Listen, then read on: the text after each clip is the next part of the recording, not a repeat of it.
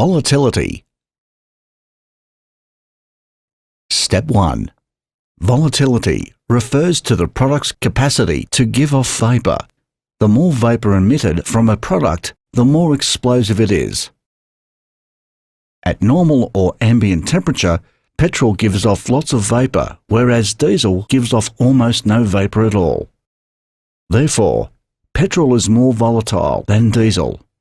No matter how cold it gets in Australia, petrol will always give off enough vapor to ignite, whereas diesel will not ignite at low to medium temperatures. Jet fuel and kerosene give off a little more vapor than diesel, but not as much as petrol. In hot weather, jet fuel and kerosene may give off enough vapor to ignite, and in very extreme hot weather, and given the right conditions, diesel may also produce enough vapor to ignite. Step 2. One method used to measure product volatility is to test the product's vapor pressure.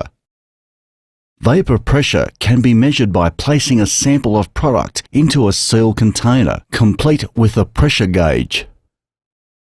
The container is then placed in water that is heated to 40 degrees centigrade, and the container is occasionally shaken. Heat from the water converts some of the product into vapor, which creates pressure in the container. This is called vapor pressure. The higher the vapor pressure, the higher the volatility or likelihood of explosion. Step 3.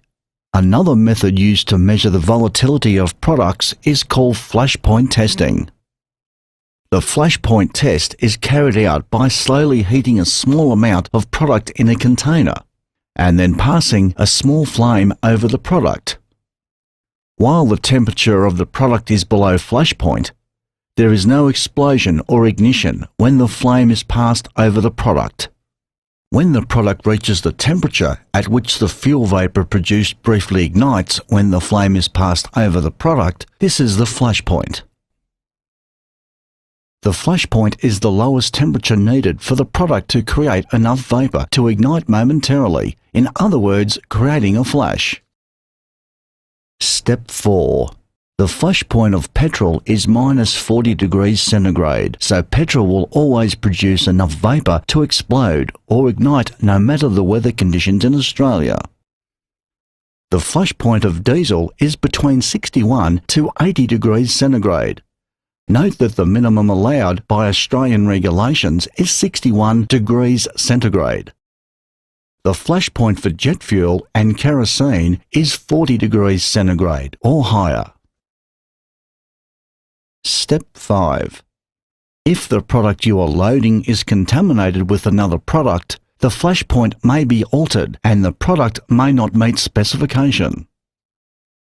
For example, 4,000 litres of diesel is loaded into a tanker with a flash point of 64 degrees centigrade.